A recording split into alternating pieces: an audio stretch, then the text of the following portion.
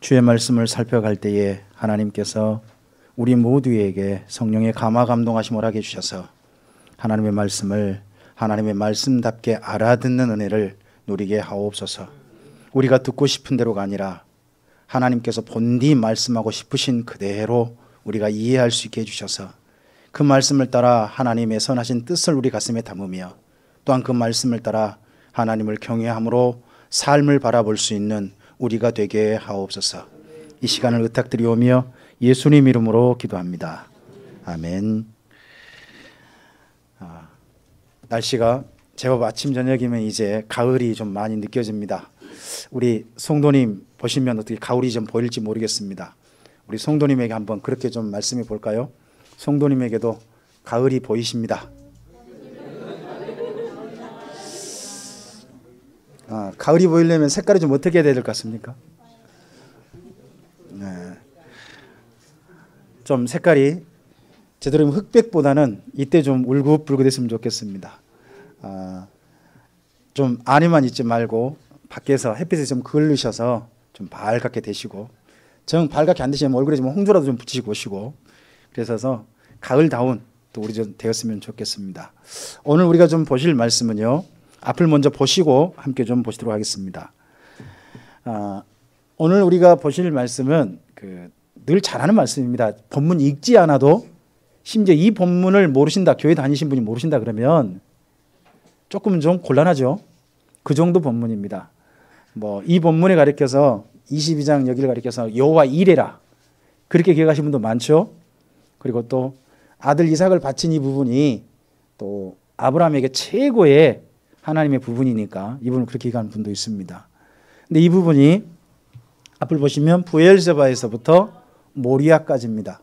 모리아라는 지명이요, 이후에 없어요. 성경에 딱 한 군데 나옵니다. 여기하고 한 군데 더 나와요. 그게 어디냐 그러면 역대하서 3장 1절입니다. 3장 1절에 보면 예루살렘을 모리아 땅이라고, 모리아 산이라고 하는 게 보입니다. 3장 1절에. 그래서 여기 외에는 모리아란 것이 역사 지명 가운데 어디도 등장하지 않아요. 그러다 보니까 모리아가 어디냐에 대해서는 지금도 학자들 사이 의견이 불분명합니다. 근데 이렇게 본 분이 많아요. 이곳이 원래 그 아모리인들의 사람이었거든요. 땅이었거든요. 아모리인들의 땅이다 그래서 모리아 그렇게 보는 분도 있고요. 그리고 여러분 모레 상수리 나무라는 곳이 있어요. 모레.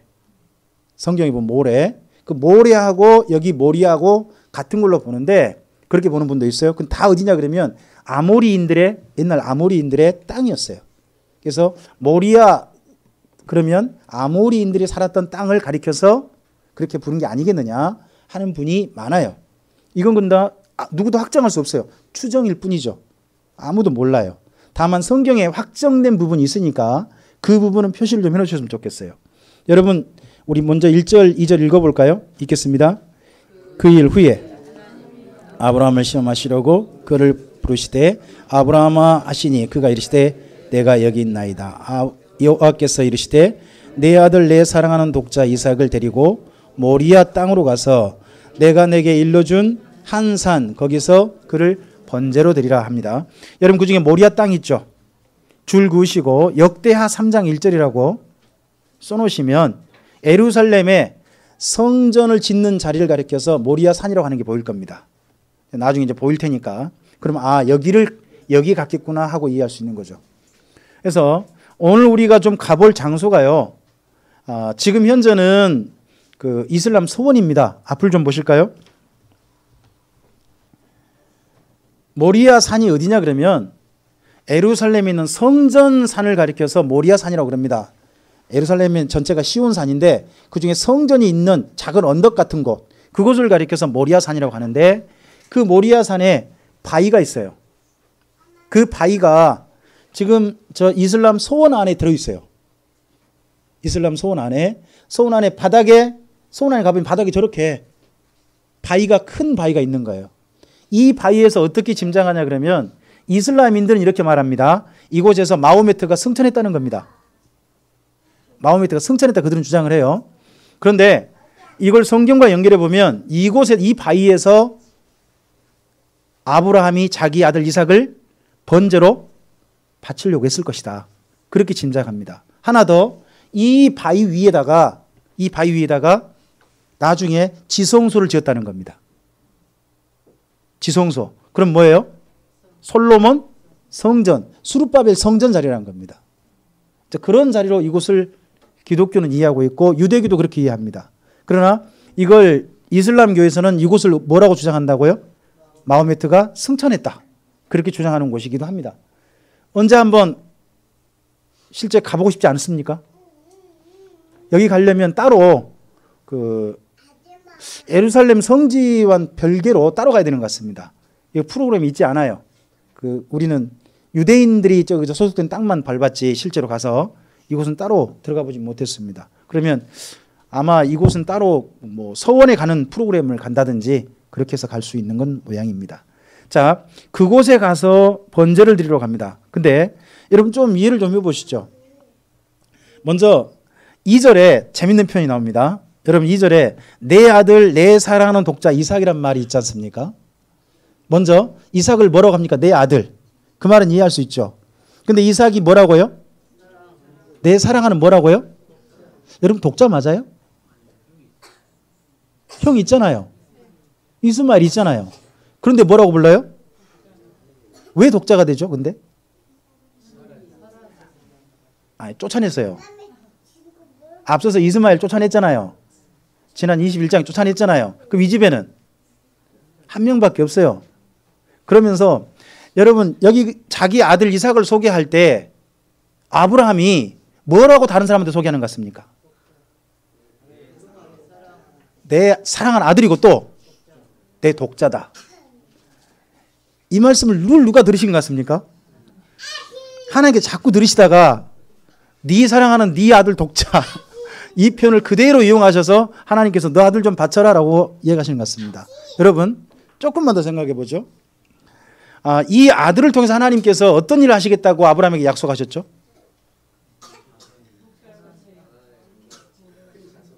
많은 민족을 이룬다 그랬지 않습니까?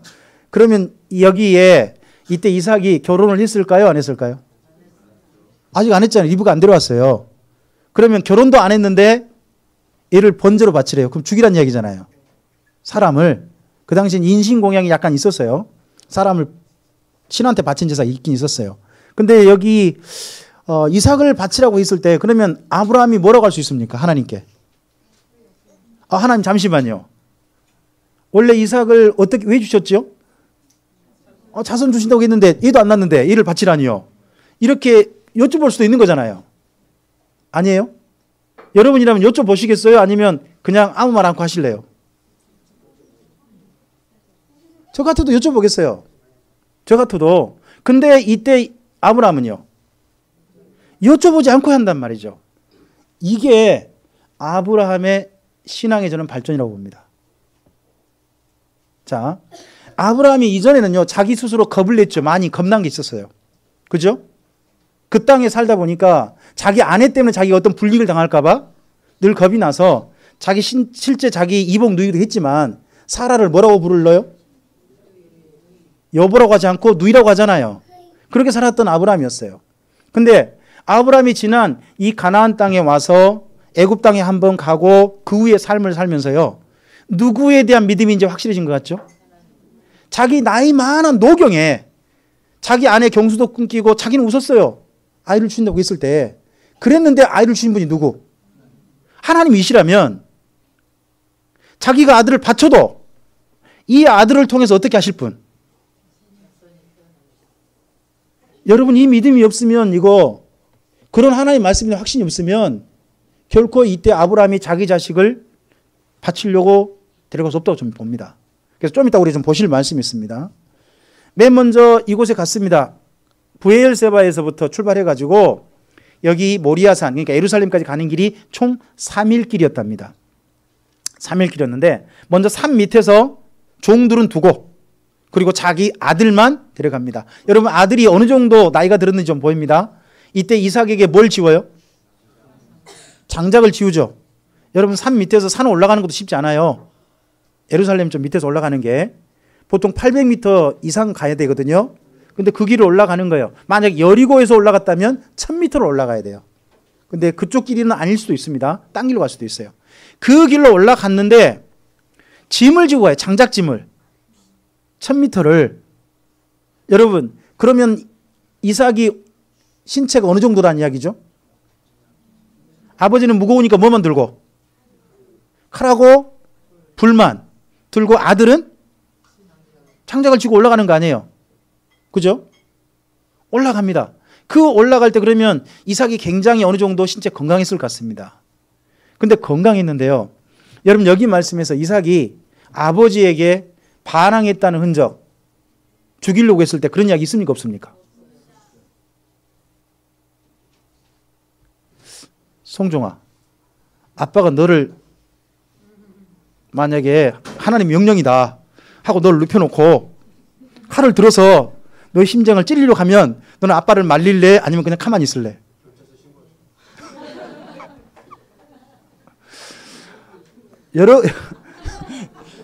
이런 일은 우리가 하도 안 할 겁니다만은 여러분 만약 이런 상황이 여러분이 이삭이라면 여러분 어떻게 하시겠어요? 아버지가 좀 뭔가 이상한 거 아니에요? 그죠? 연세가 너무 드셨잖아요. 그러면 이제 여러분 그때부터 뭘 생각하시겠어요? 뭐 어디 정신병을 좀 고려해 본다든지 그럴 수도 있잖아요. 그런데 이삭이 아무렇지도 가만히 있었다는 게 전 이것도 신기해요. 자, 이 두 부자 사이에 나누는 이야기 전 참 가슴 아팠을 것 같아요. 근데 조금 좀 재밌는 대화니까 좀 보았으면 좋겠습니다. 여러분 6절부터 우리 좀 7절, 8절까지 읽어볼까요?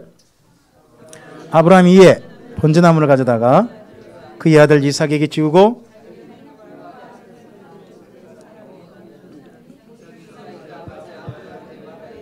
내 아버지여 하니 그가 이르되 내 아들아 내가 여기 있노라. 이삭이 이르되 불과 나무는 있거니와 번제할 어린 양은 어디 있나이까. 아브라함이 이르되 내 아들아 번제할 어린 양은 하나님이 자기를 위하여 친히 준비하시리라 하고 두 사람이 함께 나아갔답니다. 여러분 이삭이 아버지를 부를 때 뭐라고 불러요? 내 아버지. 여러분께서 여러분 아버지나 어머니 부르실 때 내 아버지, 내 엄마라고 부르세요? 그냥 아버지 또는 엄마 그러지 않아요? 저는 은진이가 저를 한 번도요 내 아버지라고 부른 건 한 번도 못 들었어요. 또 저도 제 어머니를 한 번도 내 엄마 또는 내 어머니요 이렇게 불러본 적이 없어요. 저는요. 근데 이게 참 독특해요. 이스라엘 민족이 이때 아브라함의 이 장면 후로요. 이 장면 후로 이스라엘 민족 가운데요 더러 부를 때 내 아버지라고 부른 장면이 저러 나와요. 제법 많이 나옵니다. 여러분 내 아버지라는 성경 표현이 마지막 분이 누굴까요? 예수님입니다. 어디에서? 겟세마네 동산. 거기에서 기도하실 때 내 아버지 할 수만 있으시면 이 잔을 내게서 옮겨주. 그때 마지막 성경 나온 표현입니다.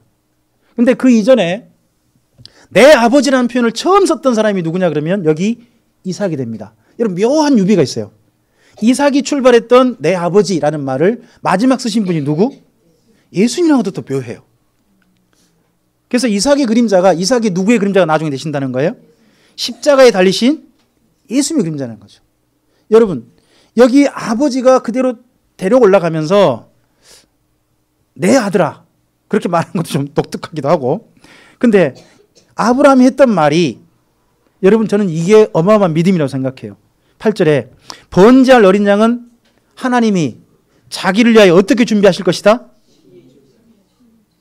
지금 번제할 양이 있어요 없어요?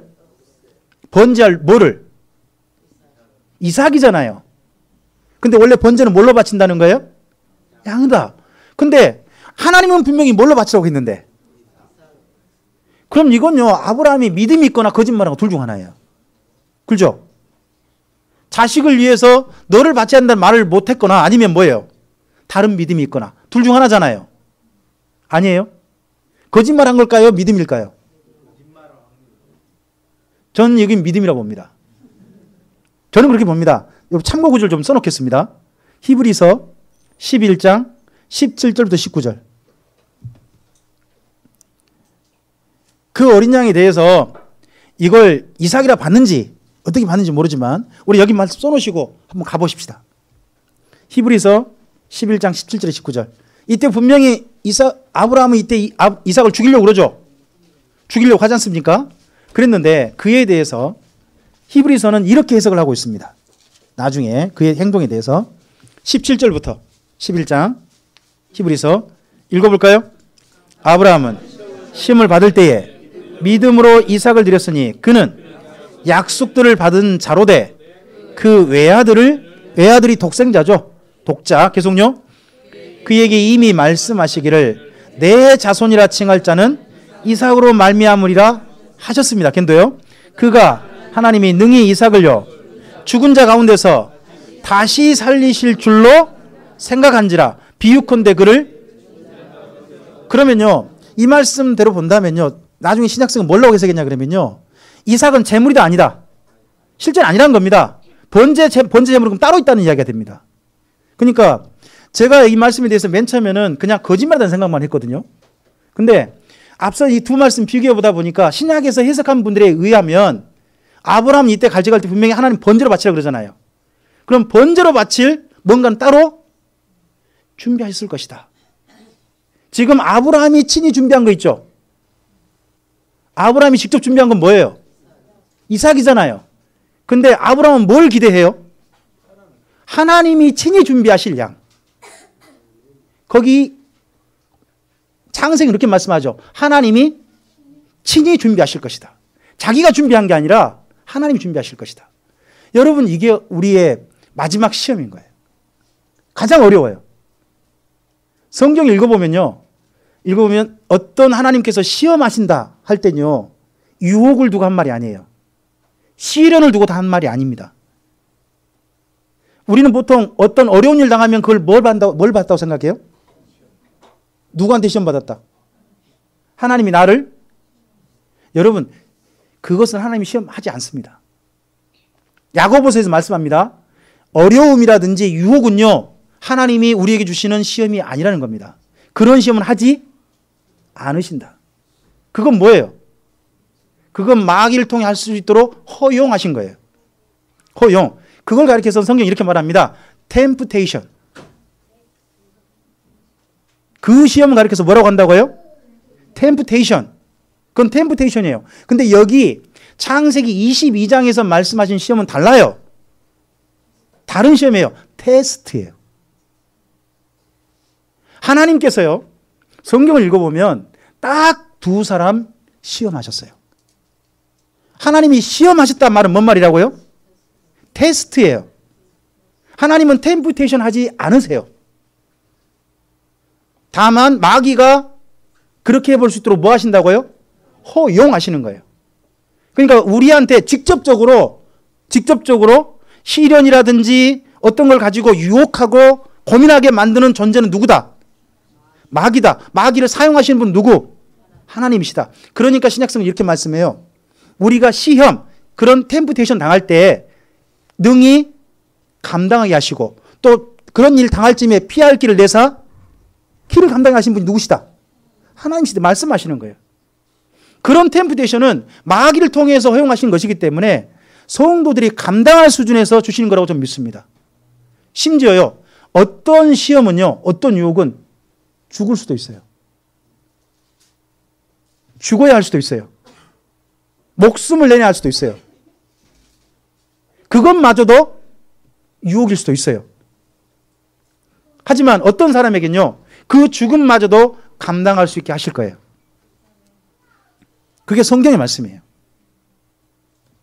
그러나 이 테스트는요, 달라요. 하나님께서 테스트할 때는요, 한 번도 어려운 순간에 하신 게 없어요. 두 사람이라고 말씀드렸는데, 한 사람은 여기 아브라함이고요, 또 한 사람이 히스기야예요. 근데 두 사람이 다 시험할 적이 어땠냐 그러면, 아브라함이 평안해졌어요. 누구도 받았어요? 아들 이삭도 받아. 이삭도 잘 크고 있어요. 이삭하고 사이가 너무 좋아요. 내 아들아, 내 아버지. 두 사람이 얼마나 닭살 돋는지 몰라요. 부를 때 내 아버지 부르고, 또 아버지는 또 뭐라고 일부러 불러줘요? 내 아들아. 내 아들, 내 아들. 또 이 아들은 또 아버지한테 내 아버지, 내 아버지. 둘이 얼마나 닭살스러워요. 이런 정말 좋은 시절에 하나님께서 그를 테스트하셨어요. 또 한 사람 테스트가 누구냐 그러면 히스기야예요. 히스기야가 언제 했느냐? 히스기야가 아수르 침략할 때가 아니에요. 아수르 군대를 하룻밤에 18만 5천 죽여버리고요. 죽여버리시고 그 이후에 주변 수많은 나라가 이 아수르 군대를 누가 물리쳤다? 히스기야가 물렸다 그래가지고요. 히스기야 어마어마한 재물을 가지고 막 다 같이 막 그냥 이 히스기야 만세하고 찾아오는 거예요. 그 모든 사람 재물로 말미암아 히스기야가 굉장히 부유해졌대요. 그 주변 모든 나라들 가운데 위대한 왕으로 추앙받고 존경받고 있었어요. 그때가 어느 때냐? 테스트 때예요.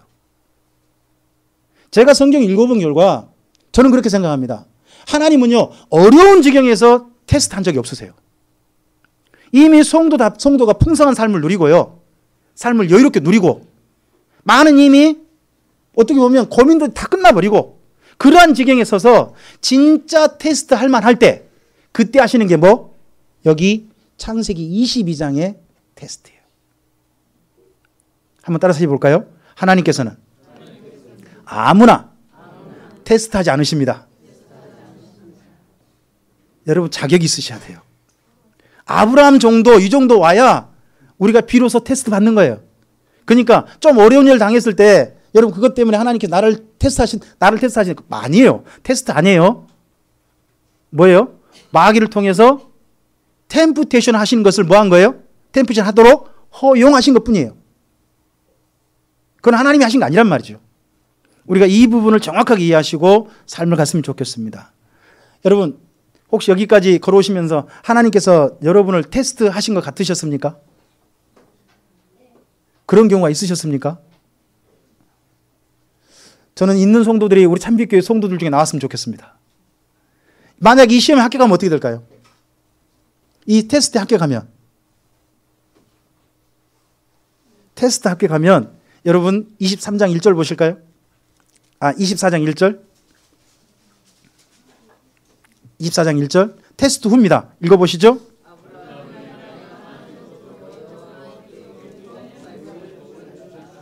여러분 이 정도까지 가봐야 됩니다. 테스트 후의 결과입니다. 이게 테스트 후에 정반대로 이 테스트에 불합격했던 사람 누굴까요? 히스기야는 불합격했어요. 히스기야 그 다음에 뭐가 와요? 생명은 연장받았죠. 15년. 근데 15년 동안 뭐가 준비되어 버려요? 멸망이 준비되어 버려요. 그래서 시험은 아무나 하지 않고 시험은 할 만한 사람, 하나님이 자격 있는 사람 하시는 거고요. 그 합격하면 그 얘기는 하나님의 정말 복이 오는 거고요. 정반대로 만약에 그때 욕심을 따라가 버리거나 하나님께 영광 돌리지 않는 그런 데로 가버리면 그 후의 결과에 대해서는 우리가 어떻게 모범이 히스기야의 말로라고 좀 봐요. 이런 부분이 있으니까 우리에게 시험은 하나님께서 함부로 하지 않으신다고 좀 봅니다. 어떤 분이 또 그렇게 말씀하시더라고요. 욥은 시험하신 게 아니냐. 욥은요 하나님이 시험하신 게 아니라 사탄하고 내기가 붙었습니다. 그건 시험이 아닙니다. 시험이 아니고 하나님 아무 까닭 없다. 하나님 테스트 하시려고 하는 것도 아니란 겁니다.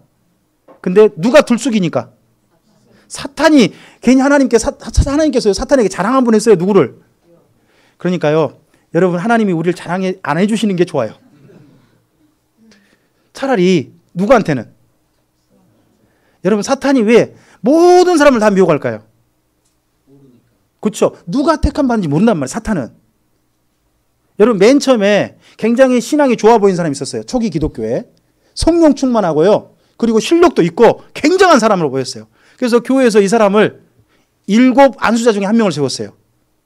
그래서 교회를 잘 움직이는 사람 한 사람을 두었어요. 근데 알고 보니까 그가 사탄이 미혹해 봤더니 넘어가 버리는 거예요. 그 사람이 누구냐 그러면 니골라예요. 니골라는 교회에서 보기에 성도들 보기에요. 믿음과 성령이 교회가 보기엔 믿음과 성령이 충만했어요. 그리고 그 모든 예루살렘 교회를 지도할 만한 사람으로 교회가 인정받은 사람이에요. 그죠? 또 교회를 그렇게 됐던 사람이에요. 근데 그가 그 이후에 뭐가 돼버려요? 이단의 수괴가 돼버려요. 그가 사탄에 넘어갈 줄 누가 알았겠어요? 그러니까 사탄을 할 수만 있으면 모든 사람을 다 해보는 거예요. 다 해보는 거예요. 그래서 우리의 정확한요, 우리가 정말 구원받았는지 하나님의 사람인지는요, 나중에 천국 가봐야 합니다. 여러분 마지막에 누가 인정해 주시는 거죠? 하나님께서 너 내 사람이다 인정해 주시고 들어가는 거예요. 맞습니까? 그날 그런 거예요. 그래서 우리는 그날에 이르기까지 하나님이 어떤 분인지 이해하고 그 길을 주님을 경외함으로 한 걸음 한 걸음 걸어가는 거죠. 자, 그런 아브라함이 자기 아들을 바쳤을 때 이렇게 했을 때 하나님께서 말리십니다. 근데요, 보통 하나님께서는요, 하나님이 직접 하신 게 아니라 누구를 보내시죠? 하나님의 사자가 누구예요? 라이온? 라이온 아니죠. 뭘? 천사를 보통 보내죠. 천사. 근데요, 이때 보니까 천사가 온 게 아니에요. 여기는 여러분 11절 부분에 여호와의 사자가, 자, 우리 읽어볼까요? 11절. 여호와의 사자가 하늘에서부터 그를 불러 이르시되, 계속요. 하시는지라 아브라함이 이르되 내가 여기 있나이다 하매, 그 다음까지요. 사자가 이르시되 그 아이에게 내 손을 대지 말라, 그에게 아무 일도 하지 말라, 내가 내 아들 내 독자까지도 내게 아끼지 아니하였으니 내가 이제야 내가 하나님을 경외한 줄을 아노라. 여러분, 여기에 우리나라에는 그 어법 가운데 그 어른들에게는 공경어를 쓰죠. 공경어를 쓰지 않습니까? 또는 일반적인 낮은 사람은 평어를 쓰는 거고요. 아브라함이 말할 땐 평어 써놨죠. 아브라함이 이르되 뭐뭐 하며 이렇게만 써놨잖아요. 근데 여호와의 사자는 어떻게 돼 있죠? 불러 이르시되 하시는지라. 그리고 또 12절도요. 사자가 이르시되. 그럼 천사가 오면 어떻게 줄까요? 만약에 천사 같다면 이르되였겠죠. 그럼 여기 여호와의 사자는 천사입니까? 아닙니까? 천사가 아니란 이야기입니다. 누가 오신 겁니까? 예수님이 직접 오신 겁니다. 하나님이 친히 준비하신 양. 하나님께서 모든 인류를 위해서 친히 준비하신 양. 보라, 세상 죄를 지고 가는 하나님의 어린 양이로다. 세상에 이 사자께서요, 예수님께서 성육신 하시기 전에 누구를 먼저 이 자리에 만나러 오신 거예요? 아브라함이 자기 아들을 기꺼이 하나님을 바치려고 할 때 직접 오신 거예요. 오셔서 아브라함을 직접 말리는, 천사가 온 것도 아니고 예수님, 성육신 하시기 전에 예수님이 오셔서 직접 말리시고 그리고 그에게 말을 하는 겁니다. 여러분, 12절에 이제야 라는 말과 경외하는 줄을 아노라, 여기 줄 꺼놓을까요? 내가부터 출발해서 경외한 줄 아노라고 줄 좀 꺼놓으시죠. 내가 이제야 내가 하나님 뭐 하는 줄을? 경외하는 줄을 아노라. 여러분, 아브라함의 믿음이 하나님께서 그 아브라함이 너 믿는다, 의로 여기셨던 게 어디 있었죠? 너 진짜 나 믿는 거 맞다, 의로 여기셨던 때가 언제 있어요? 거기가 창세기 15장이에요. 부르실 때는 몇 장? 12장에 부르시죠. 아브라함 부르시잖아요. 근데 아브라함을 믿음을 의로 여기신 건 15장이었어요. 근데요, 여기 22장에서 뭘 인정해 주신 거죠? 경외하는 줄을. 경외한단 말이 뭔 말이에요? 쉬운 말로 해보세요. 경외한다. 가장 쉬운 말로 했을 때요, 사랑한다예요. 어떻게 사랑하는 거예요? 공경함으로. 공경함으로 사랑한다 하는 말이 경외예요. 그러니까 여기 22장에 와서 아브라함이 뭘 인정받은 거죠? 하나님을 사랑하는 사람으로 인정받은 겁니다. 저와 여러분, 믿음이 출발해서요, 그 믿음이 언젠가 하나님 앞에 사랑으로 증명되기를 바랍니다. 한번 따라서 볼까요? 믿음은 사랑으로 증명된다. 여러분, 그 관련된 말씀이 있어요. 자, 먼저 갈라디아서 5장 6절을 좀 가보실까요? 갈라디아서 5장 6절 말씀. 오직 믿음으로라고 하는 성경이 갈라디아서로 갑니다.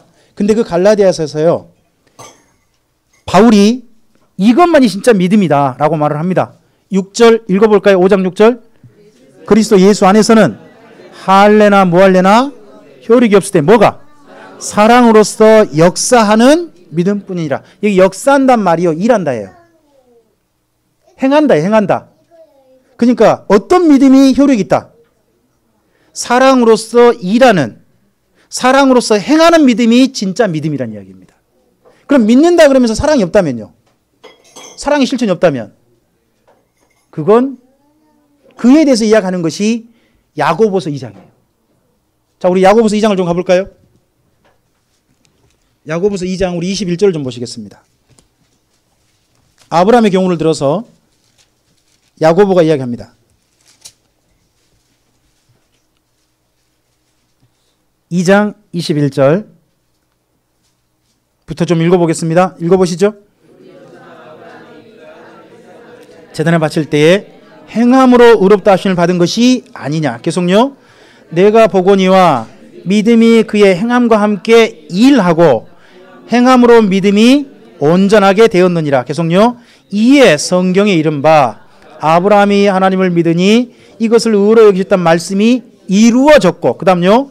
그는 하나님의 벗이라 칭함을 받았나니. 계속요. 이로보건대 사람이 행함으로 의롭다 하심을 받고 믿음으로만은, 어떤 사람은요, 믿는다, 믿음만으로 모든 게 다 끝난다. 근데 그 믿음이 그 다음 동반되는 삶이 있어야 한다는 것에 대해서 부정하는 사람들이 있더라는 겁니다. 그러니까 다시 한번 초기 기독교부터 바로 잡습니다. 믿는다 그러면서 삶이 동반되지 않으면 그건 진짜 믿음 아니다. 믿음은 반드시 뭐가 동반된다, 나타난다?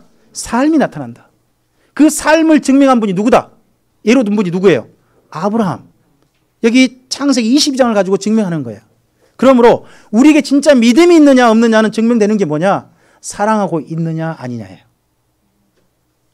하나님을 사랑함으로 우리 삶을 살고 있다면 지금 믿음이 있는 겁니다. 그러나 하나님을 사랑한다 그러면서요, 믿는다 그러면서 하나님을 사랑함이 아니라 우리의 욕심을 따라 삶을 살고 있다면 여러분 그것은 믿음 아닙니다. 그에 대해서는 야고보는 이렇게 말합니다. 그건 시체라고. 믿음이라는 모양은 있으나 시체라는 거예요. 사람이란 모양이 있지만 시체는 사람이 아니잖아요. 똑같다는 겁니다. 그런 이야기를 하는 게 여기 창세기 22장입니다. 자, 이때 하나님께서 아브라함에게 하신 말씀, 양을 준비하시고 주셨던 유명한 말씀이 있죠. 우리 14절 한번 읽어볼까요? 다시 창세기 돌아가겠습니다. 창세기 22장 14절 읽어보죠. 아브라함이 그 땅 이름을 여호와 이리라 하였으므로 오늘날까지 사람들이 이르기를 여호와의 산에서 준비되리라 하십니다. 자, 그 다음에 하나님께서 이제 다시 두 번째 하신 이야기입니다. 우리 이야기를 굉장히 많이 소중히 합니다. 한번 읽어보겠습니다. 15절부터 여호와의 사자가 두 번째 아브라함을 불러 이르시되 여호와께서 이르시기를 내가 나를 가리켜 맹세하노니 내가 이같이 행하여 내 아들 독자도 아끼지 아니하였은즉 내가 내게 큰 복을 주고 내 씨를 크게 번성하여 하늘의 별과 같고 바다의 모래와 같게 하리니 내 씨가 그 대적의 성문을 차지하리라. 또 내 씨로 말미암아 천하 만민이 복을 받으리니 이는 내가 나의 말을 준행하였음이니라 하셨다 하니라. 여러분 여기에 내 씨가 나오죠. 두 번 나옵니다. 17절 18절에 내 씨, 이게 단수예요. 이걸 신약성에서 말합니다. 하나님께서 아브라함을 통해서 내 씨를 통하여 천하 만민 복을 받는다고 했는데 그 씨가 누구냐? 바로 예수님을 표현합니다. 이때 아브라함의 이때부터 하나님께서 내 씨를 통하여 천하 만민이 복을 받는다. 이게 이삭이 아니라는 겁니다. 이게 누구였다는 겁니까? 예수님이었다는 겁니다.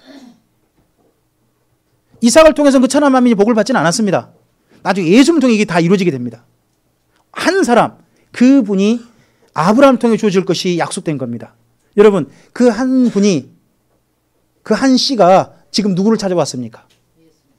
누구를 찾아왔습니까 지금? 아브라함을 찾아왔습니다. 그분이 자기의 미래를 이야기하고 계신 겁니다. 지금 그분을 대신해서 이삭을 대신해서 하나님 뭘 준비해 놓으셨습니까? 그때는 순념삼으로 준비를 하지 않습니까? 그렇죠? 그랬는데 진짜 하나님이 양이 되실 분이 미래를 이야기해 주시는 겁니다. 예수님께서 천하 만민의 뭐가 되실 것이다. 이 아브라함이 후손으로 오셔서 한 명밖에 없는 독자로 오셔서 그곳에 천하 만민을 위한 복이 되실 것이다. 여러분 그 자리가 어디입니까? 예수님이 천하 만민의 복을 이룬 자리가 어디입니까? 그 자리가 바로 십자가입니다. 그 십자가에서 예수님께서 제물이 되어주심으로 우리 모두가 하나님의 자녀가 되는, 하나님과 관계가 회복되는 복을 드디어 누리게 되었다는 겁니다. 여러분 이게 뭐의 결과입니까? 자기 아들을 기꺼이 하나님께도 아끼지 않았던 그 아브라함을 보시고 하나님 그렇게 하신 겁니다. 오늘 이 말씀에서 저는 이 말씀 받습니다. 내 아들아, 내 아들 읽어봤습니다. 여러분 내 아들 할 수 있는 겁니다. 여러분 딸 보고요. 내 딸 하셔야 됩니다. 그렇게 사랑하셔야 됩니다. 그죠? 내 딸 아니다? 그러시면 안 됩니다. 내 아들, 내 딸 이렇게 사랑하셔야 됩니다. 하나님은 여기서 아브라함에게요. 이 이후로 너는 내 아들, 내 딸 하지 마라 그런 말 하신 적이 없어요. 정말 그렇게 사랑하는 것에 대해서 하나님은 그대로 인정하셨습니다. 그러시면서 그렇게 사랑하는 그 아들을 누구를 위해서? 하나님을 위해서 내놓는 걸 보고 하나님도 그런 아브라함에게 누구를 주시겠다는 겁니까? 하나님의 독생자를 내주시겠다는 겁니다. 그래서 하나님과 여기 아브라함 사이가 어떤 사이입니까? 독생자를 서로 내놓는 사이입니다. 그러니까 두 분이 어떤 사이가 되는 겁니까? 친구가 되는 겁니다.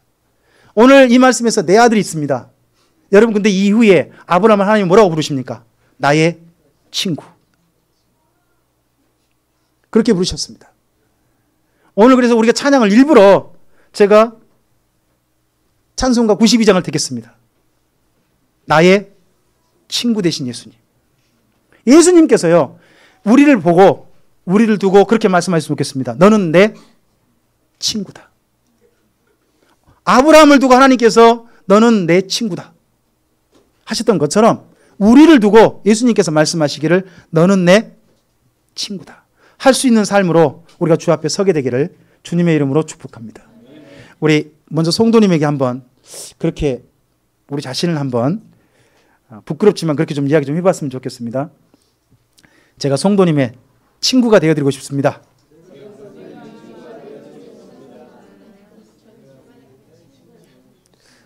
좀 그렇습니까? 자, 그러면서 우리 성도님에게 한 말씀 더 합시다. 예수님께서 인정하시는 친구이시기를 바랍니다. 예, 저와 여러분이 예수님께서 인정해 주시는 바로 김명주는 내 친구다 하시는 그 말씀 저 꼭 듣고 싶습니다. 우리 참빛교회 모든 성도들이 그런 말씀 듣는 사람으로 주 앞에 서게 되기를, 하나님의 말씀을 경외하는 사람으로 서게 되기를 주님의 이름으로 축복합니다. 기도하겠습니다. 주님 감사합니다. 오늘 하나님께서 테스트하신 아브라함의 삶을 통해서 하나님께 친히 준비하신 양 예수님까지 이렇게 뵐 수 있게 하셔서 감사를 드립니다. 그렇게 되기까지 아브라함의 믿음의 진보를 보게 됩니다. 얼마나 그의 믿음이 성장했는지 하나님께서 인정하실 만큼 성장한 정말 합격 점수를 받을 만큼 성장한 아브라함을 보게 됩니다. 아브라함이 부럽습니다. 정말 존경스럽습니다. 이런 아브라함의 뒤를 이어서 우리 참빛교회 모든 성도들도 믿음의 진보가 있게 해주시고 그 믿음의 진보 후에 하나님께서 그 평안한 어느 날 그 믿음을 테스트하시는 대상자로 참빛교회 성도들이 존재하기를 소원합니다. 그리고 그 시험에 합격한 자로 주님께서 인정해 주시고 하나님을 경외하는 것을 인정해 주시고 주께서 그를 통하여 하나님의 아름다운 일을 이루시는 일들을 우리 참빛교회 성도들에게, 우리 참빛교회 성도들의 후세들에게 있게 해 주시옵소서. 이렇게 함께 주의 말씀을 대할 수 있게 하신 하나님, 그리고 믿음의 꿈을 꿀 수 있게 하신 하나님께 감사하며 예수님 이름으로 기도합니다. 아멘.